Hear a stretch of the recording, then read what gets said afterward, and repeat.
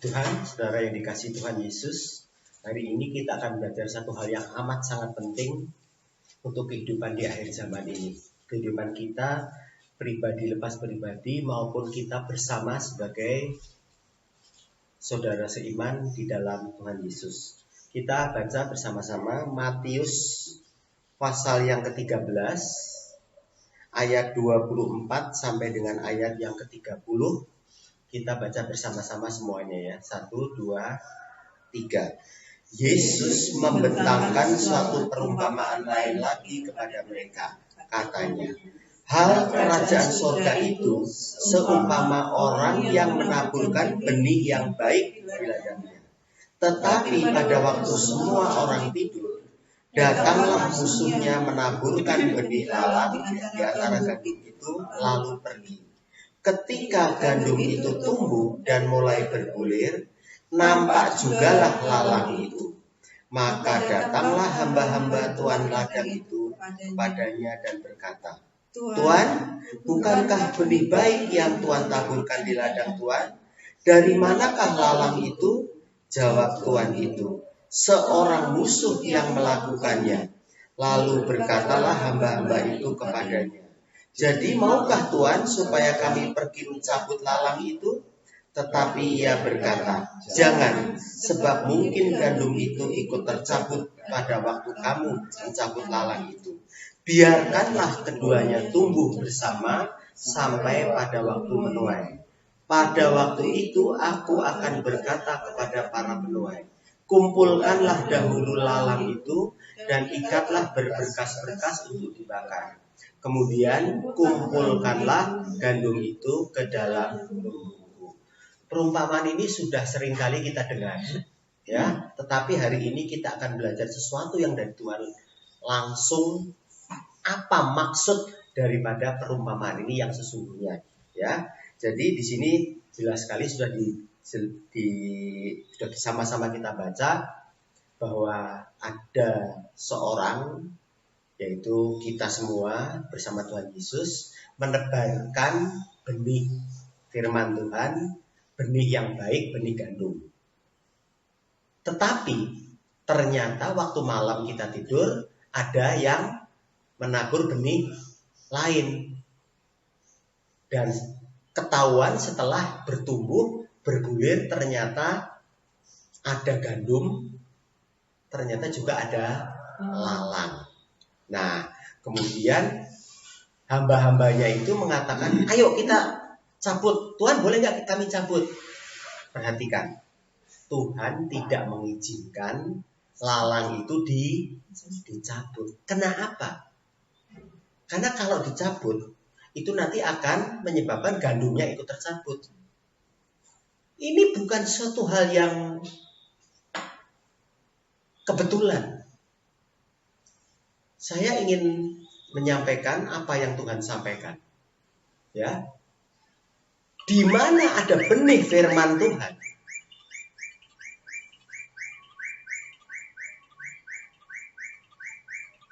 di mana ada benih firman Tuhan ditaburkan, berarti di gereja atau di rumah atau dimanapun juga, pasti ada lalang. Ini harus kita pegang. Jadi kita ini harus waspada. Kita ini tidak perlu takut menghadapi apapun juga di dunia, karena kita punya Tuhan. Tuhan kita lebih dahsyat, lebih besar dari segala-galanya.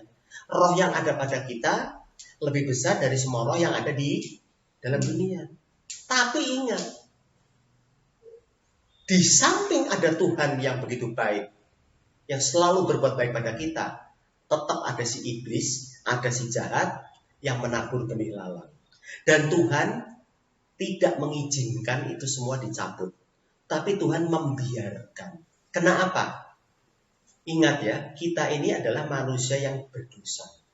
Walaupun kita ini sudah ditebus oleh Tuhan Yesus di atas kayu salib, tetapi kita ini orang berdosa. Dosa sudah diampuni, tapi bekas dosa, sifat-sifat watak-watak dosa yang buruk-buruk, termasuk malas, sombong, jahat, itu tetap masih Ada. Jadi ingat ya, jangan anggap remeh. Jadi jangan salah. Walaupun Tuhan Yesus sudah mati untuk kita di atas kayu salib, dosa kita sudah diampuni, kalau kita mati masuk surga, tetapi kita ini masih menyimpan benih-benih dosa, bekas-bekas dosa, dan itu terus mengganggu kehidupan kita. Nah, kalau di dalam pemberitaan firman Tuhan, benih baik muncul, kemudian benih yang tidak baik itu tidak muncul, tidak ada, dilarang, kita hidup dalam kenyamanan. Kalau kita hidup nyaman, sudah pasti kita akan jadi pemalas, jadi sombong, tidak waspada. Dalam kondisi seperti sekarang ini aja banyak orang-orang Kristen malas berdoa, malas membaca firman Tuhan, malas bekerja. Betul?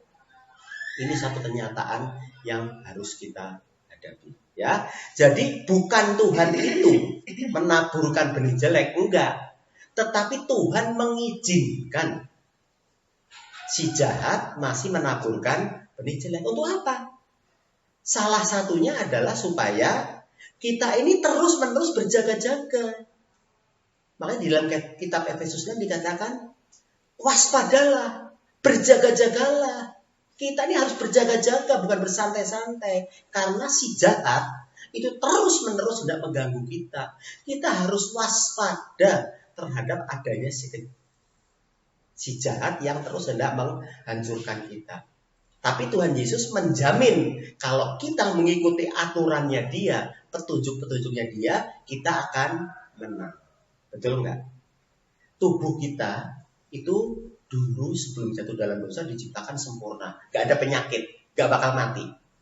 Tetapi setelah jatuh dalam dosa, tubuh kita penuh kelelahan penyakit. Betul ya?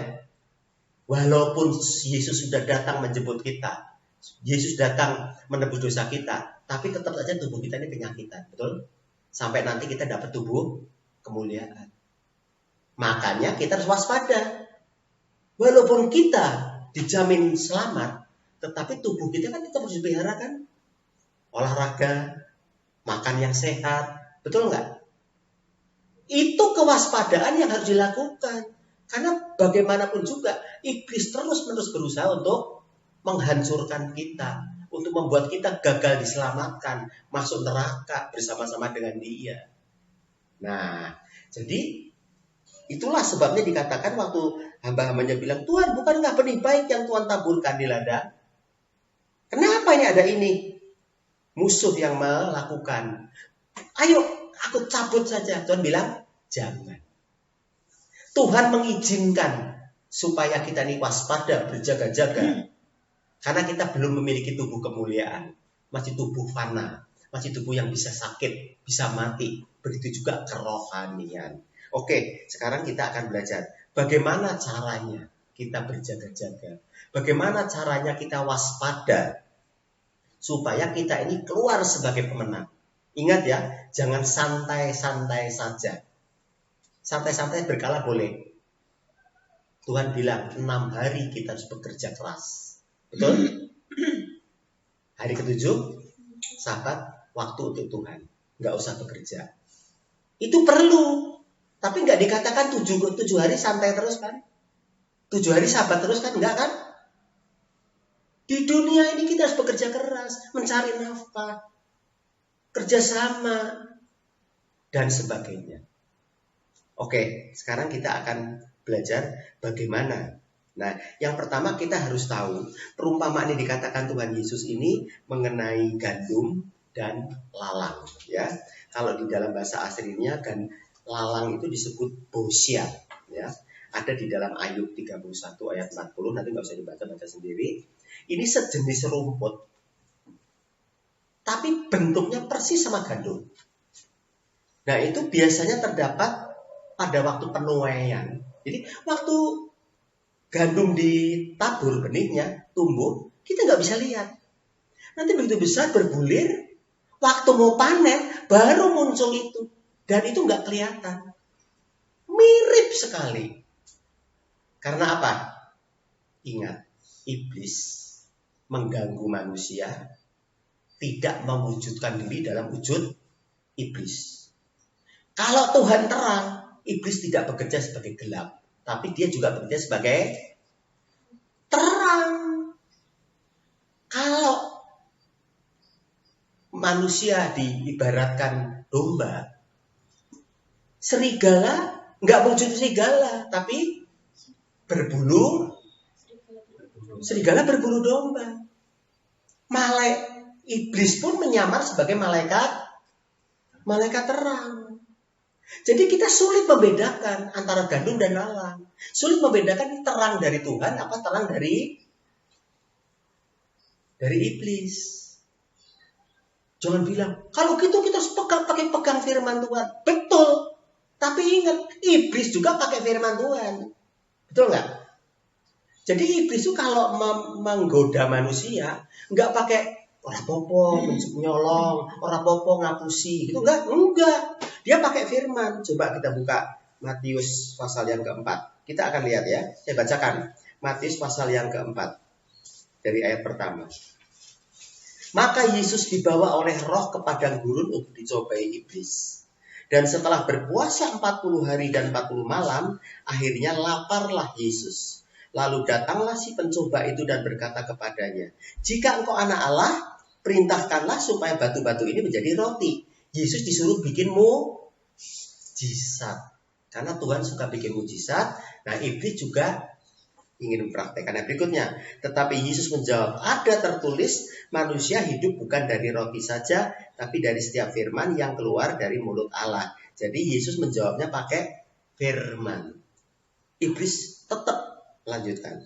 Kemudian iblis membawanya ke kota suci dan menempatkan dia di hubungan bait Allah. Lalu berkata kepadanya, jika engkau anak Allah, jatuhkanlah dirimu ke bawah. Sebab ada apa? Tertulis, mengenai engkau ia akan memerintahkan malaikat-malaikatnya, dan mereka akan menatang engkau di atas tangannya, supaya kakimu jangan terantuk kepada batu. Iblis pakai firman. Ini ayat nggak salah.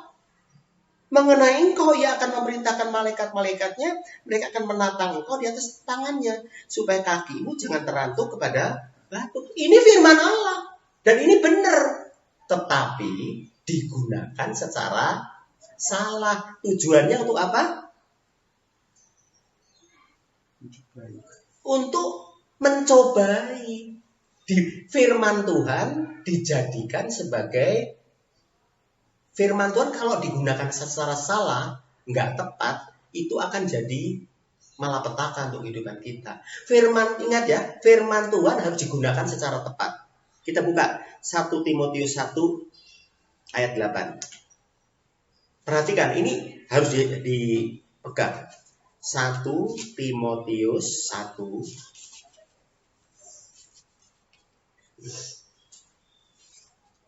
ayat yang ke-8. Kita baca bersama-sama. 1, 2, 3. Kita tahu bahwa hukum Taurat itu baik kalau tepat digunakan. Jadi firman Tuhan itu harus digunakan secara tepat. Tahu nggak? Di dalam dunia ini banyak orang menyampaikan firman Tuhan, tapi firman Tuhannya tidak digunakan dengan tepat. Firman Tuhan digunakan dengan tidak tepat. Firman Tuhannya benar, tetapi digunakan dengan tidak tepat. Satu contoh yang paling aktual sekarang ini adalah mengenai perpuluhan. Di dalam Alkitab ini ada sekitar 30 kata perpuluhan. Di Perjanjian Baru nggak ada.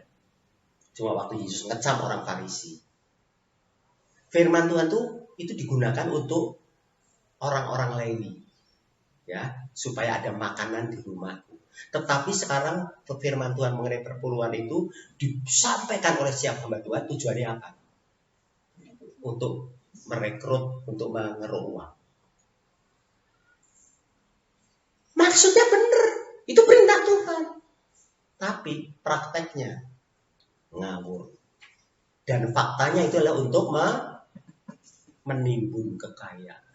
Masih banyak lagi firman-firman Tuhan yang digunakan secara tidak tepat. Ya, firman Tuhan mengenai perpuluhan itu kewajiban orang Lewi yang harus dipegang oleh orang Lewi dan digunakan secara benar. Tujuannya untuk janda-janda, anak yatim dan piatu, dan orang-orang asing, orang-orang susah. Tapi prakteknya untuk apa? Untuk menimbun kekayaan. Masih banyak lagi contoh-contoh firman Tuhan yang digunakan secara tidak tepat. Ya, jadi yang salah bukan firmannya, tetapi penggunaannya yang tidak tepat. Itulah yang dimaksudkan oleh Tuhan Yesus dengan Tuhan mengizinkan lalang itu ada supaya kita terus waspada, tidak enak-enakan. Nah, di dalam kehidupan di Timur Tengah sana, kalau bahasa Yunaninya ya, lalang itu disebut zizania. Z-I-Z-A-N-I-A. Ya, kalau bahasa Arabnya itu suwan, itu ya. Itu di sana tuh ada satu kebiasaan, kalau panen gandum itu dikerjakan oleh orang-orangnya. Tetapi ada satu pekerjaan yang paling membosankan di daerah Timur Tengah sana. Apa itu kira-kira?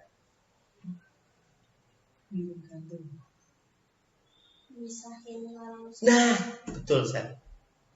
Memisahkan antara gandum dan lalang itu pekerjaan yang paling membosankan.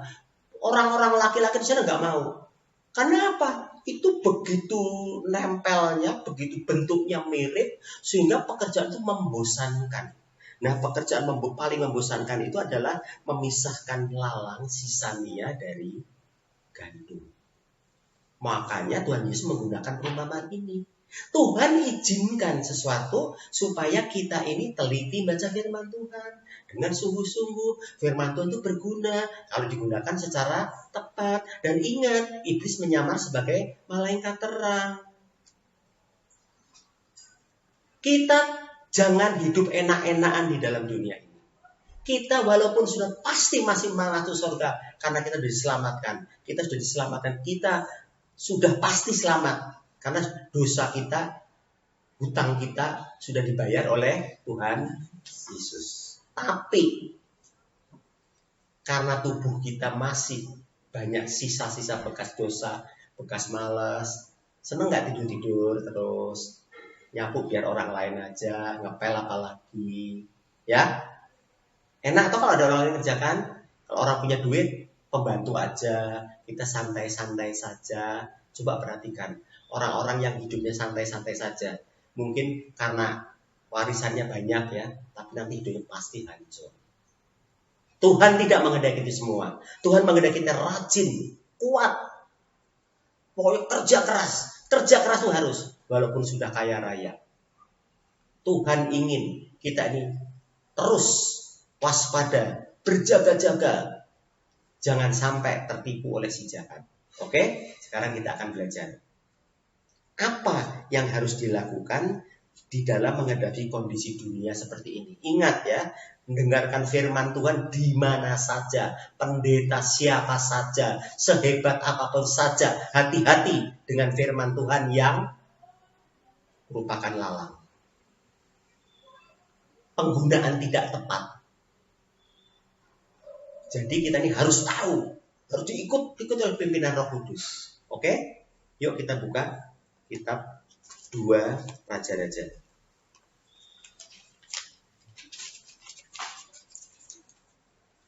Kitab 2 Raja pasal yang kedua. Itu ayat 1 sampai 18. 2 Raja-Raja itu bercerita mengenai Elia naik ke sorga.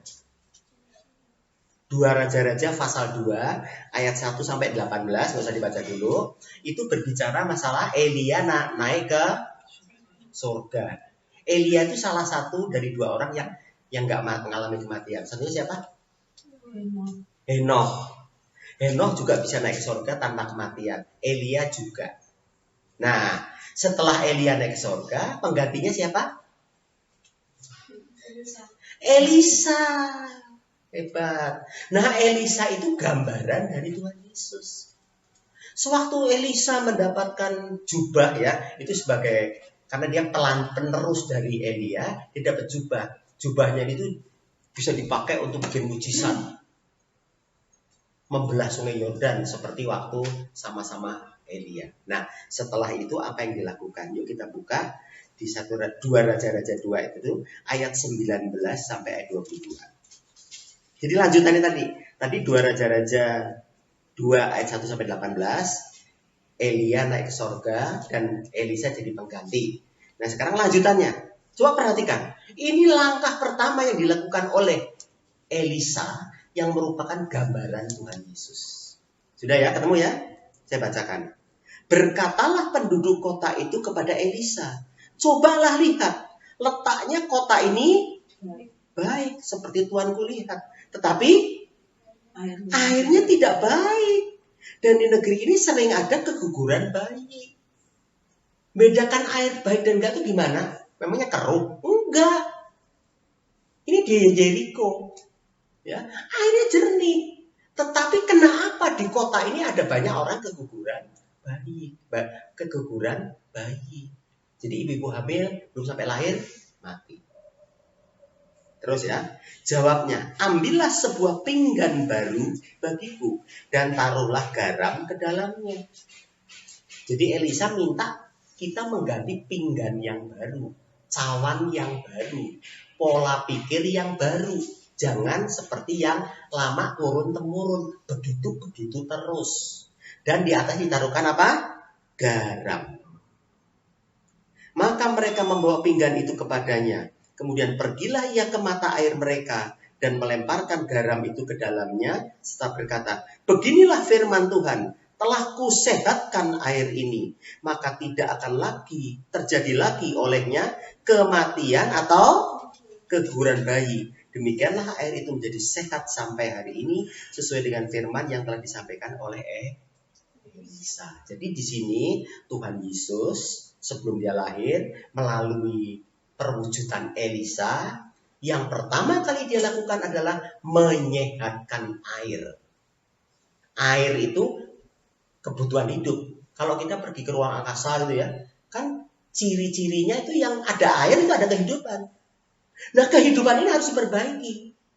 Harus pakai pinggan yang baru, pola pikir yang baru, firman yang baru.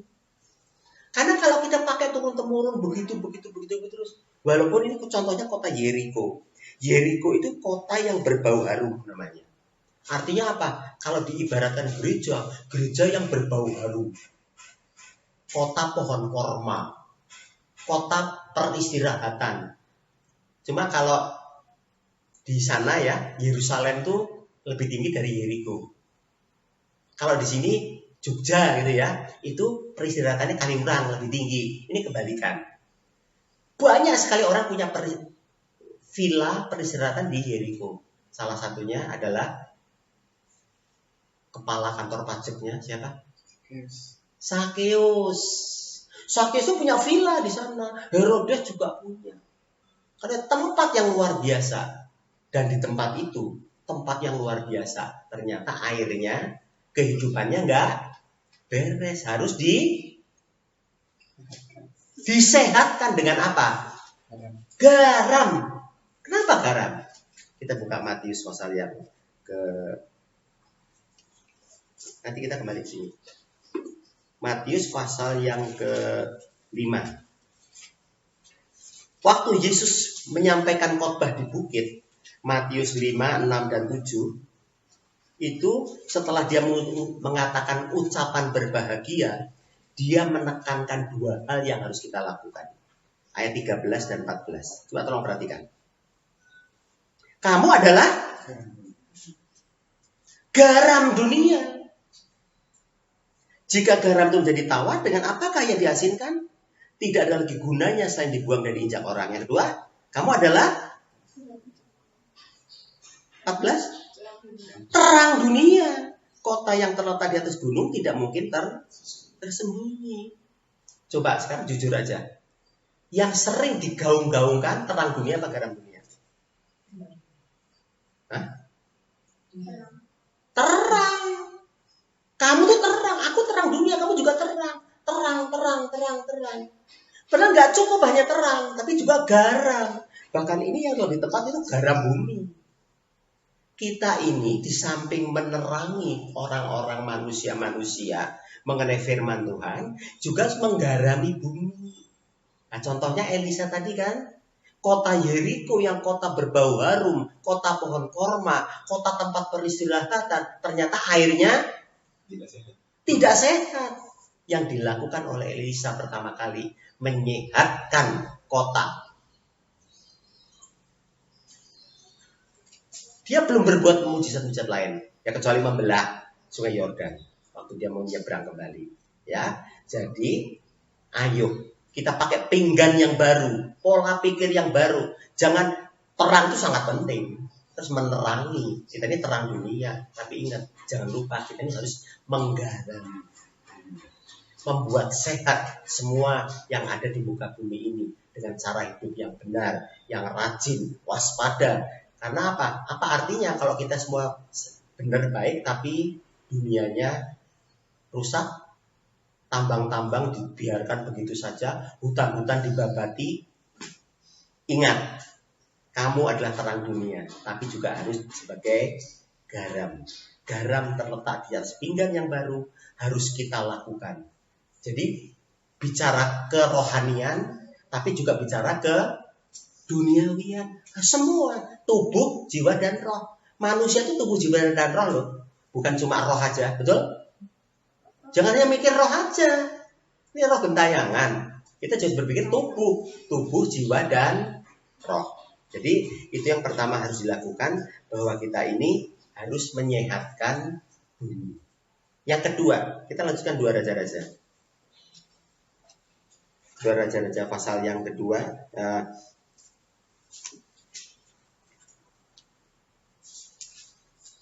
Lanjut ya. 2 Raja-Raja 2. Ayat 23 sampai ayat 25. Ini banyak firman Tuhan yang seringkali dianggap remeh. Karena aneh kayaknya. Saya bacakan ya. 2 Raja-Raja 2 ayat 23 sampai 25. Elisa pergi dari sana ke Betel. Dan sedang ia mendaki, maka keluarlah anak-anak dari kota itu, lalu mencemoohkan dia serta berseru kepadanya. Apa? Naiklah bota. Lalu berpalinglah ia ke belakang. Dan ketika ia melihat mereka, dikutuknyalah mereka demi nama Tuhan.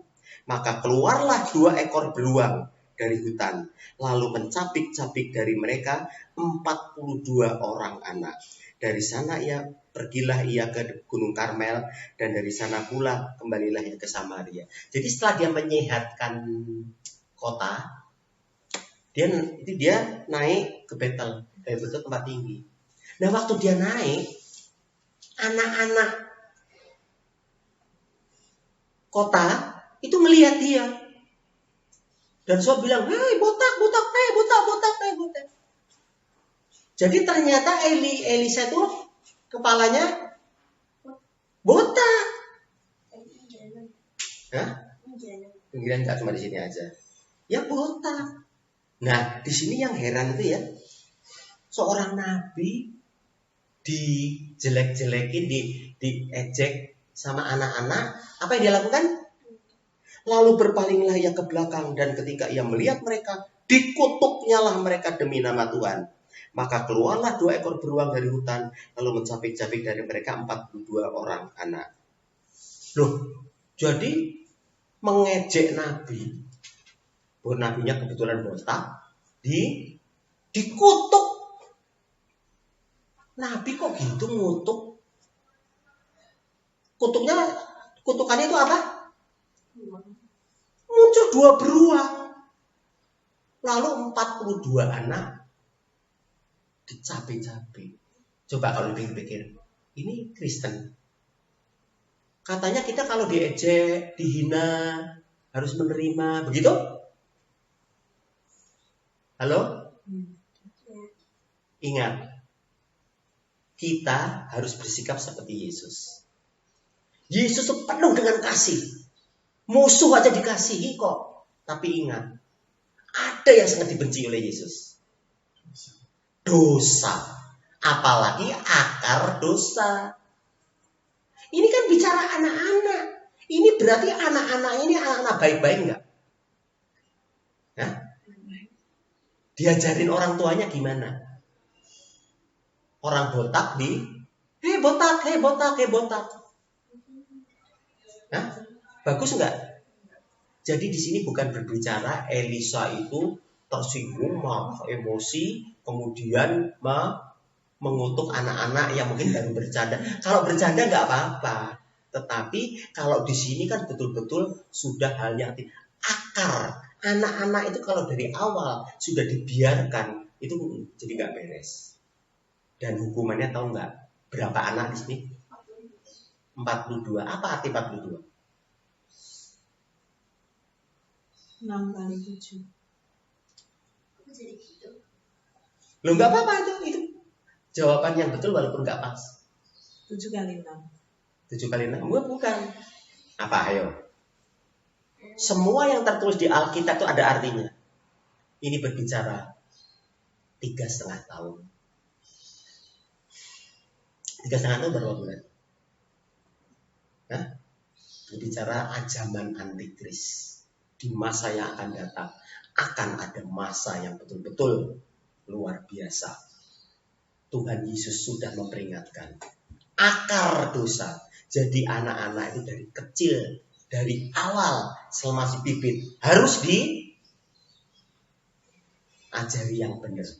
Kalau tidak, itu akan menjadi orang-orang yang luar biasa. Masih ingat beberapa waktu yang lalu ada seorang pemuda Indonesia yang orang tuanya kaya raya, orang tokoh gereja, dihukum seumur hidup.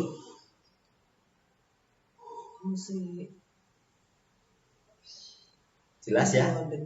Nah, yang di London itu dihukum seumur hidup. Itu karena dari awal itu sudah, itu betul-betul dicapik-capik sama beruang. Hati-hati itu. Nah, Yesus menginginkan kita akhirnya sehat supaya tidak ada keguguran. Tuhan juga menginginkan awal anak-anak dari kecil itu ditumbuhkan secara luar biasa. Yang berikutnya 2 Raja-Raja 4. Mulai ayat yang ke-38. Ini hal yang ketiga yang dilakukan untuk supaya kita ini waspada terhadap lalang. 2 Raja-Raja 4 mulai ayat 38.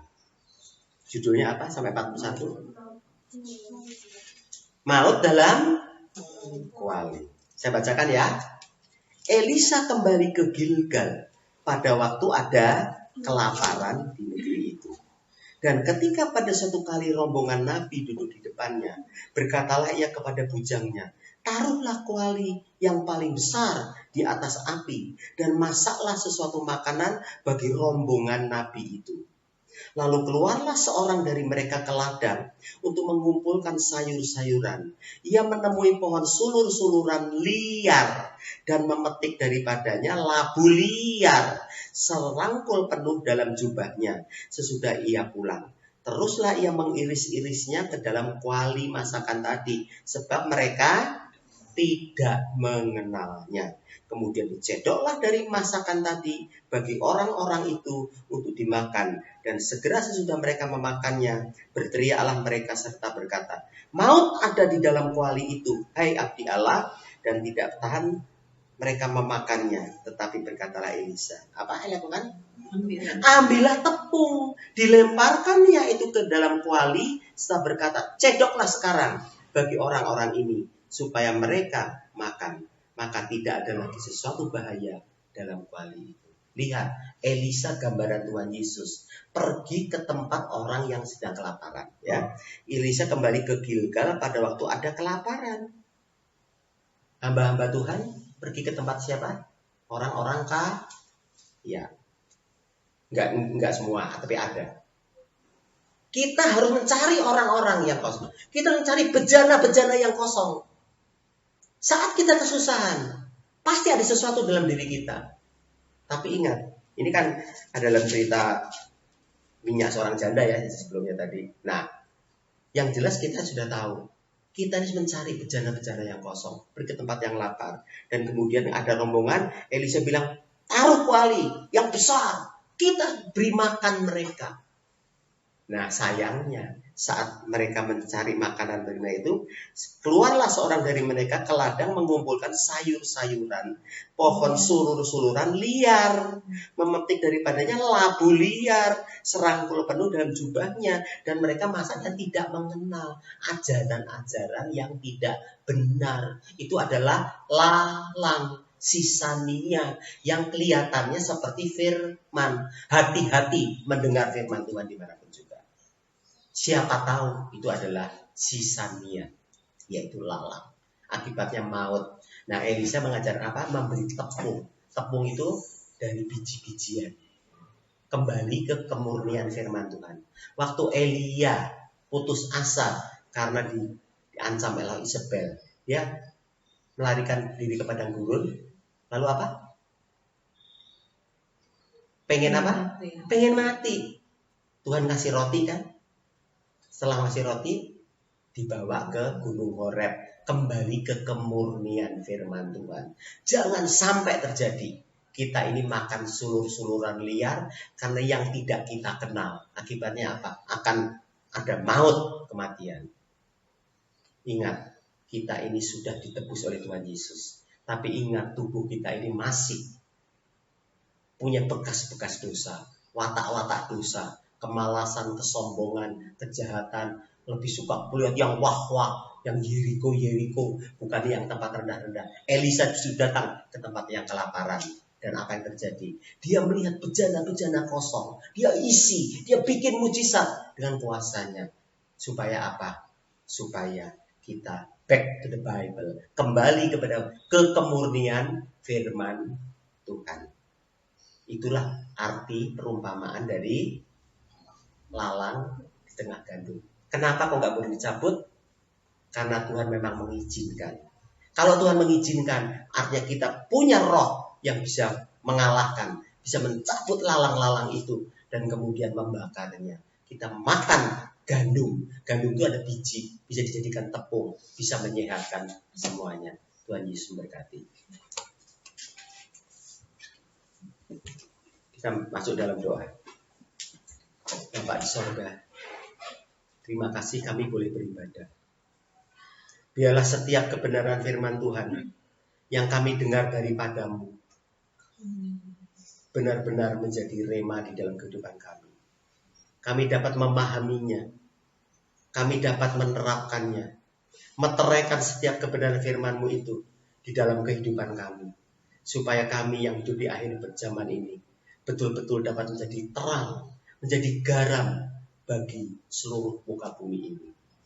Juga Bapa, tolonglah kami untuk berdoa, membimbing, mengarahkan anak-anak kami, juga semua yang merupakan akar masa depan dengan pengajaran-pengajaran yang baik. Bukan mencemooh, bukan menghina, tetapi diajarkan sopan santun yang baik.